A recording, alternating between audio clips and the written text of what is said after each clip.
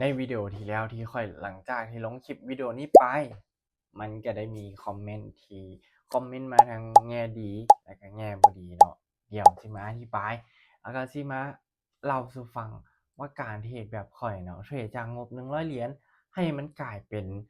1,400 เหรียญเนี่ยเฮ็ดได้แนวใดเทรดแนวใดมีความเสี่ยงแนวใดเดี๋ยวมารับฟังในวิดีโอนี้กัน ก่อนอื่นเบิดก็สบายดีทุกคนเนาะยินดีต้อนรับทุกคนเข้าสู่ช่องของ DMN เพชรในมื้อนี้สิมาบอกทุกคนแล้วก็มาตอบคอมเมนต์จ้ะเนาะมาตอบคอมเมนต์ที่คอมเมนต์มาในวิดีโอที่แล้วเนาะวิดีโอตัวนี้นั่นเองเปลี่ยนจากค่อยเทรดจากงบ100เหรียญมาเป็น 1,400 เหรียญเนี่ยมันมีคอมเมนต์แนวใดแหน่เนาะมาเริ่มกันที่คอมเมนต์ที่1เนาะ โม้แน่นอนบ่มีไผเฮ็ดได้ดอกเนาะคอมเมนต์ที่1นี่ก็คือบอกว่าข้อยโม้มันบ่มีไผเฮ็ดได้ดอกเนาะอยากจะบอกจั่งซี้ละกันสำหรับทุกสิ่งทุกอย่างบนโลกใบนี้เนาะอามันเป็นไปได้หมดทุกอย่างอันที่เจ้าคิดว่ามันเป็นไปบ่ได้เนาะมันเป็นไปได้อันที่ว่าแบบมันบ่เป็นตามีดอกบางอย่างมันมีเนาะบางอย่างมันมียกตัวอย่างเช่นยกตัวอย่างให้เห็นภาพง่ายๆสมมุติ เจ้าอยู่แถวแบบเจ้าอยู่แถวนอกเนาะเจ้าก็ว่ายนต์นี่มันบ่มีดอกอาเราบ่เคยเห็นเราบ่เคยพ้อเราก็สิว่ามันบ่มีเพราะตั้งแต่ข้อยเกิดมาตั้งแต่น้อยจนใหญ่เนี่ยข้อยบ่เคยเห็นยนต์มันบ่มีดอกแล้วความเป็นจริงเดะมันมีบ่มันมีเนาะแล้วก็ในโลกใบนี้ข้อยเชื่อเลยว่ามันมีอีกหลายสิ่งหลายอย่างที่ในสิ่งที่เราคิดแม่นเนาะว่าเราคิดว่ามันบ่มีมันเป็นไปบ่ได้ แต่ทุกสิ่งทุกอย่างล้วนแล้วแต่มีโอกาสแล้วก็มีความเป็นไปได้หมดเนาะกับคอมเมนต์ที่1เด้อถ้ายังบ่เชื่อถ้าแบบเจ้าย้อนกลับไปเบิ่งคลิปวิดีโอของข้อยเลยข้อยเทศแนวนี้มาหลากหลายวิดีโอแล้วหลากหลายคลิปเนาะแม้ว่าเฮ็ดใน3เทื่อมันอาจจะได้เทื่อหนึ่งหรือว่าเฮ็ด2เทื่อเนี่ยเทื่อที่2ค่อยจึงมาเฮ็ดได้ก็แม่นเนาะเพราะว่าหยังเพราะว่าทุกการที่เฮ็ดอะ มันมีความเสี่ยงอยู่ในตัวมันเป็นไปบ่ได้ที่ในการที่เราสิมาบอกว่าเราเฮ็ดได้แบบบ่มีทางพลาดเลยเราเทรด100ไม้แล้วชนะ100ไม้เลยมันเป็นไปบ่ได้เนาะมันเป็นไปบ่ได้แล้ววันนี้มาต่ออันที่2เนาะมันแม่นหยังเนาะ RR เนี่ยมันแม่นหยัง RR ในความหมายเต็มตัวของมันก็คือ Risk Reward and Ratio แล้ว Risk Reward and Ratio นี่มันแปลว่าหยังเนาะแปลภาษาบ้านๆให้เข้าใจง่ายๆก็คือความเสี่ยงต่อผลกำไรเนาะความเสี่ยงต่อผลกำไรแนวใดล่ะบัดนี้ความเสี่ยงต่อผลกำไรในที่นี้ก็คือถ้าสมมุติเราตั้ง1:1เนาะเวลาที่เราเทรดเสียเราก็จะเทรดเสีย10เหรียญและเป้าหมายที่เราสิเอากำไรก็คือ10เหรียญอันนี้มันเป็นความเสี่ยงก็คือเราเสีย10เหรียญผลกำไรก็10เหรียญอันนี้มันเป็น1:1แล้วบัดนี้1:2นี่1:2ก็คือเวลาเราเสียอยู่ที่10เหรียญ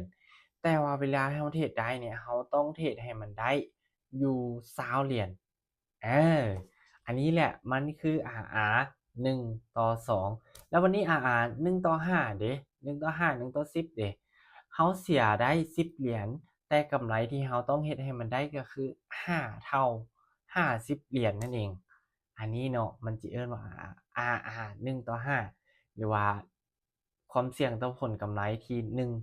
1:5นั่นเองเนาะมันแปลว่าจั่งซี้เนาะ ถ้าอยากรู้รายละเอียดลึกๆแท้ๆเนาะข้อยได้เฮ็ดคลิปสอนไว้แล้วในยูทูบของข้อยเรียนลงไปเนาะอาจจะอยู่ทั้งลุ่มสุดๆเลยเนาะเพราะข้อยเฮ็ดตั้งแต่เริ่มเฮ็ดช่องใหม่ๆเลยเลื่อนไปให้สุดแล้วก็ไปเบิ่งเนาะวันนี้มาตอบคำถามที่3เนาะก็มีตอนที่เจ้าเทรดเสียบ่อยากเห็น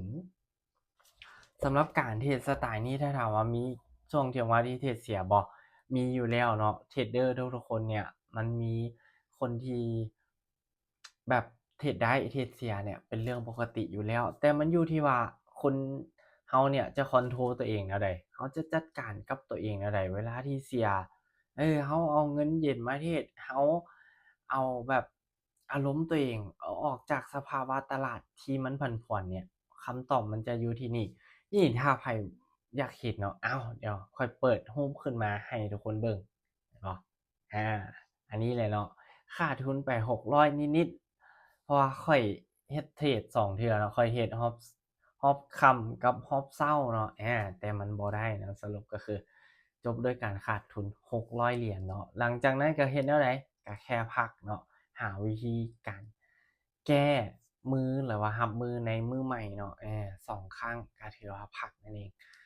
สำหรับการเทรดแบบข้อยเนาะคือบอกให้ทุกคนฟังอีกรอบหนึ่ง เวลาที่ข้อยเทรดเสียเนี่ยข้อยเทรดเสีย3เทื่อแต่ถ้าข้อยได้เทื่อหนึ่งเนี่ยข้อยจะได้ทุนคืนทั้งเบิดเลยเนาะแถมยังจะได้กำไรมาเล็กๆน้อยๆอีกอันนี้แหละมันเป็นความเสี่ยงที่คุ้มค่าในการเทรดสไตล์นี้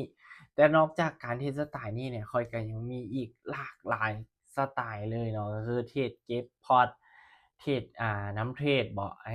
มันมีหลายสไตล์งานเทรดเนาะเพราะเราต้องเข้าใจกันว่าการเทรดอะมันมี2ทาง อันนี้คือทางซ้าย อันนี้คือทางขวา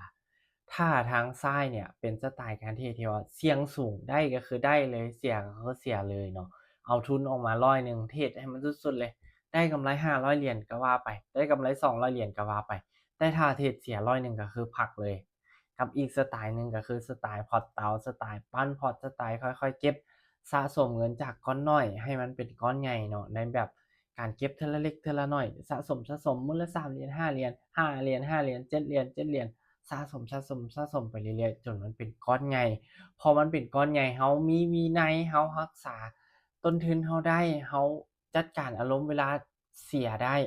เวลาเสียเราก็ออกจากตลาดได้เออเราปั้นไปจากสมมุติยกตัวอย่างเนาะคือของตัวข้อยเองเนาะจาก10เหรียญเนี่ยข้อยเฮ็ดให้มันได้มาเป็นพันเหรียญในระยะเวลา3เดือนพอมันเป็นพันเหรียญอะ ด้วยความที่วินัยเราก็มีแล้วนิสัยเราก็มีแล้วจัดการความโลภเราก็จัดการได้แล้วเวลาหัวร้อนเราก็ออกจากตลาดได้แล้วเนี่ยทุนพันเหรียญเนี่ยเราจะเฮ็ดกำไรให้มันได้มื้อละ10%มื้อละ7%มันก็ง่ายแล้วเดะมื้อละ10%ก็100เหรียญแล้วเดะมื้อละ7%ก็70เหรียญแล้วเดะมันก็มันก็ค่อนข้างที่จะง่ายแล้วเนาะอันนี้แหละแล้วคำถามต่อมาเนาะ คันเฮ็ดนี่คำถามตัวนี้เนาะคันเฮ็ดได้แบบนี้ตลอดก็คือสิรวยเปปิดโลกลาแหละอันนี้ข้อยเดาว่าเราน่าจะเขียนผิดเนาะเราน่าจะเขียนว่ารวยเบิดโลกแล้วแหละเนาะแต่ว่าเราน่าจะเขียนผิดเนาะฟ้าวเขียนโพสต์ประมาณนี้ติบ่แม่นเนาะคือข้อยได้อธิบายไปก่อนหน้านี้แล้วว่าสำหรับการเทรดอะมันมีความเสี่ยงอยู่ในตัวแล้วมันบ่ได้มีไผดอก ว่าสิแบบเทรด100ไม้ชนะ100ไม้มันเป็นไปบ่ได้เพราะว่ามันมีการเทรดอะมันมีการเสียการรอดการแพ้การที่แบบเทคนิคเราก็ดีแล้วมันเข้าบ่ได้อะมันมีอยู่แล้วเนาะมันมีอีกอย่างหนึ่งที่เอิ้นว่า Bad Day เนาะ Bad Day คือหยัง Bad Day คือมื้อที่บ่ว่าเราจะเฮ็ดแนวใดบ่ว่าจะตามระบบเทรดของเราบ่ว่าจะตามเทคนิคของเรามันก็บ่ได้เลย กดเรากด buy มันออก sell เรากด sell มันออก buy กดซื้อออกขายกดขายออกซื้ออยู่เบิดมื้อเลยแฮงเราจัดการอารมณ์ตัวเองบ่ได้เราจะพอร์ตแตกเราจะพอร์ตระเบิดไปเลยแต่สิ่งที่แยกระหว่างคนที่เป็นเทรดเดอร์แบบมืออาชีพกับเทรดเดอร์แบบมือสมัครเล่นนะสำหรับตัวข้อยคิดว่ามันจะเป็นเรื่องของการที่ว่าคนคนเนี้ยจัดการอารมณ์ตัวเองได้หรือบ่คนคนเนี้ยจัดการอารมณ์ตัวเองบ่ได้เลยเสียอยากเอาทุนคืนในรอบเดียวเสียแม้แต่เหรียญเดียวอะยอมรับบ่ได้ขาดทุนบ่ได้ต้องกำไรเท่านั้นอันนี้แหละแยกคนระหว่างคนที่เป็นเทรดเดอร์มืออาชีพ กับเทรดเดอร์สมัครเล่นที่เราเบิ่งก็รู้เนาะว่าระยะยาวนี้2กลุ่มคนนี้อันใดมันสิอยู่รอดก่อนคนที่ขาดทุนแล้วสามารถจัดการอารมณ์ตัวเองได้กับคนที่ขาดทุนแล้วสินำคืนต้องเอาคืนณเดี๋ยวนี้แก้มื้ออื่นก็บ่ได้แก้จักหน่อยก็บ่ได้ต้องนำคืนวินาทีนี้อันนี้แหละคือปัจจัยที่เฮ็ดให้คนเนี่ยอยู่รอดในตลาดนี้บ่ได้กับคนที่อยู่รอดในตลาดนี้ได้ เนาะฝากไว้เด้อสำคัญแม่นวิธีคิดของเราเนาะกำไรแม่นส่วนหนึ่งของการตัดสินใจของเราแต่สุดท้ายแล้วการที่เราจะอยู่ในระยะยาวได้มันก็ล้วนแต่ อยู่กับวิธีคิดวิธีการจัดการอารมณ์ของเรามาต่อไปกับคำถามนี้เนาะอยากเฮ็ดให้ได้คือเจ้าต้องเฮ็ดแนวใดเนาะอยากเฮ็ดให้ได้คือเจ้าต้องเฮ็ดแนวใดอันที่หนึ่งต้องมีเงินทุนอันที่สองต้องมีประสบการณ์อันที่สามเทคนิคเจ้าต้องดีแล้วก็เจ้าต้องเข้าให้คมใจเจ้าต้องร้อยพร้อมเนาะอันที่สี่เนี่ยใจเจ้าต้องร้อยพร้อมพอเงินทุนที่เอามาใช้เนาะค่อยเอามางบ100 เหรียญเพื่อเปลี่ยนให้มันกลายมาเป็น1,000 เหรียญแม่นบ่สี่อย่างนี้เนาะมันต้องมีเนาะมันต้องมีสี่อย่างนี้แล้วถ้าถามว่าแบบถ้าเราอยากฝึกเฮ็ดคือข้อยเนาะทุกคนที่กำลังรับชมวิดีโอนี้อยากเฮ็ดคือข้อยจะบ่แนะนำทุกคนต้องมาเติมงบ300 เหรียญเพื่อมาเทรดเนาะแต่ข้อยอยากจะแนะนำทุกคนก็คือสามารถเริ่มต้นจาก1 เหรียญ1 เหรียญแล้วก็เก็บเนาะ1 เหรียญให้มันกลายเป็น10 เหรียญก่อนก็ได้แล้วเราก็ค่อยขยายพอร์ตหลังจากที่เราเฮ็ดกำไรได้หลายขึ้นอาจจะมาเป็น3 เหรียญ3 เหรียญมาเทรดให้มันชนะ3ไม่ติดกันหรืออาจจะมาเป็น5 เหรียญ10 เหรียญภายในอนาคตเนาะแต่ว่าถ้าเป็นมือใหม่ข้อยบ่แนะนำสุดๆว่าเจ้าสิมาเฮ็ดคือข้อยเลยเพราะหยังประสบการณ์เจ้ายังบ่มีใจเจ้ายังบ่ได้เทคนิคเจ้ายังบ่แม่นสไตล์การเทรดเจ้ายังบ่ได้ใจเจ้ายังบ่ร้อยโอกาสที่มันจะเฮ็ดได้มันก็ค่อนข้างยากเนาะเจ้าสามารถเริ่มต้นจากงบ1 เหรียญเนาะงบ1 เหรียญแล้วเจ้ามาเทรดเนี่ยเจ้ามาเทรดเออได้ก็ได้เนาะแต่ถ้าเจ้าขาดทุนเจ้าขาดทุน3 เหรียญก็ลองเบิ่งได้มันก็บ่ได้เสียหายหยังเดะเนาะอาและถ้าสมมุติถ้าถามว่าการเทรดสไตล์ข้อยเนี่ยมันผิดบ่มันก็บ่ได้ผิดเนาะเพราะเราต้องทำความเข้าใจว่าการเดินเงินในการเทรดเนาะออปชันเนี่ยมันมีอยู่3แบบเนาะแบบเบสิกแบบ Martingale แล้วก็ Winning Martingale มันจะมีอยู่3แบบนี้ซึ่งอยากให้ข้อยเฮ็ดคลิปรายละเอียดเกี่ยวกับการเฮ็ดคลิปสไตล์การเดินเงินจั่งใดให้อยู่รอดในตลาดออปชันเนี่ยคอมเมนต์กันเข้ามาในวิดีโอนี้เบิ่งเนาะคอมเมนต์กันเข้ามาเดี๋ยวค่อยมาเฮ็ดแยกให้ในวิดีโอหน้าเพราะว่าเพื่อมันบ่เป็นการยาวเกินไปเนาะอันนี้เป็นการที่ว่าแนะนำให้แล้วก็คอมเมนต์สุดท้ายเนาะคอมเมนต์นี้คอมเมนต์เข้ามาว่าอยากเฮ็ดได้อยากเฮ็ดคือสอนเทรดสำหรับมือใหม่ที่สิเข้ามาเทรดแนะนำและสอนคนที่เป็นมือใหม่โอเคอันนี้น่าจะประมาณว่าช่วยสอนคนที่เป็นมือใหม่กำลังอยากจะเข้ามาเทรดว่าควรจะเรียนหยังแหน่แล้วก็ควรจะเริ่มต้นเทรดเริ่มต้นศึกษาแนวใดเนาะข้อยขอตอบประมาณนี้เด้อสำหรับถ้าเจ้าเป็นมือใหม่เจ้าต้องทำความเข้าใจก่อนว่าสิ่งที่เจ้าเทรดเนี่ยมันแม่นหยังมันมันเป็นการเทรดในรูปแบบใดมันเฮ็ดกำไรในแนวใดเจ้าจะขาดทุนได้แนวใดเจ้าควรศึกษา2อันนี้ก่อนเพราะว่าหลายๆคนที่เป็นมือใหม่เข้ามาโอเคอุ๊ยคนนั้นเทรดได้คนนี้เทรดได้อยากเทรดเว้ยอยากรวยข้ามคืนมื้อนี้เนี่ยข้อยสิเฮ็ดให้มันได้กำไรจากเงินทุน100,000ของข้อยสิเฮ็ดกำไรให้มันได้เป็น100 ล้านก่อน200 ล้านก่อนอันนี้เนาะ ขออภัยทุกคนเลินนิดนึงอ่าอันที่เนี่ยเป็นสิ่งที่มือใหม่นี่เฮ็ดผิดพลาดหลายที่สุดเนาะหลายที่สุดเลยข้อยต้องบอกทุกคนว่ามันเป็นสิ่งที่ผิดพลาดที่สุดเนาะถ้าทุกคนคิดว่าจะเข้ามารวยในข้ามคืนเลยการเทรดเนี่ยข้อยอยากยกตัวอย่างให้ทุกคนเห็นก็คือการเทรดเนี่ยเปรียบเสมือนกับเจ้ากำลังเป็นด็อกเตอร์เลยก่อนที่เจ้าสิเฮ็ดกำไรได้เจ้าต้องไปเรียนจักกี่ปีเจ้าต้องฝึก ไปฝึกงานฝึกเคสอย่างตัวจริงการที่เนี่ยเอาตรงๆเลยทุกคนข้อยคิดว่ามันก็บ่ได้ต่างจากการฝึกการเป็นด็อกเตอร์เลยเพราะการที่เจ้าจะได้เงินระดับใดประสบการณ์เจ้าต้องสูงส่ำนั้นประสบการณ์เจ้าเอยเงินทุนเจ้าเอย